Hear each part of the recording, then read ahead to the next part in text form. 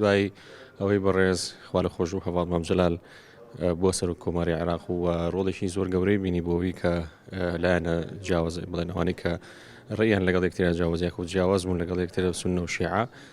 مەفهومێکی تازەی هێنە ناو کایی سیاسی عێراق و کە مەفهومی تەوافقی سیاسی بوو نەک مەسلەی زۆرینە و کەمینە ئەمە بۆەوەی کە ئەمە بتوانین چکە وەکو بە تەبیعەتی حاڵ مجتەمەعی عێراقی مجتەمەعێکی تێکەڵە یعنی زۆر لە کەمینە و کەمینەی ئاینی کەمینەی عرقیتیایە کە بێت مافەکانیان تیا بەرجەسە بکرێت لەبەرەوە مەفهومی تەوافقی سیاسی کە هاتە ناو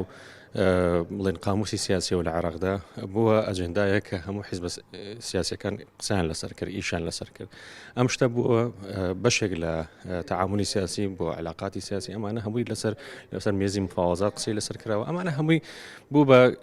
بابەتێک کە بەڕاستی لە ئەجندای هەموو حیزب سیاسیەکانە وجودی هەبوو و ئیشیشی پێکرا بەس بەداخەوە لەم یەک دو ساڵی ئەخیرە ئەم مەسلەیە وردە کاڵ بووە و ئەوەی کە ئەبیندرێت ئەوەیە کە حیزب سیاسەکان هەوڵ ئەیان کە بە ڕەهای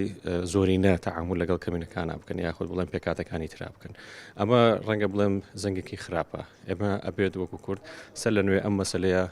لا دەرگای هەموو حیزبەکان بینەوە کە مەفهومی توافقی سیاسی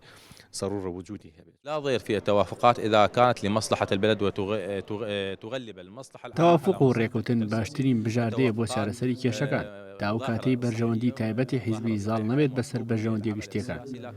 هەر بۆیە توافق و ڕێکەوتن دیاردەیەکی دروست و پێویستە لە پرۆسەی سیاسی بەڵام نابێت دژی بەرژەوەندی گەل و پێکاتەکانی عێراق بێت. ئەوەی لەم خولە و خولەکانی ڕابردووشدا بەدی دەکرێت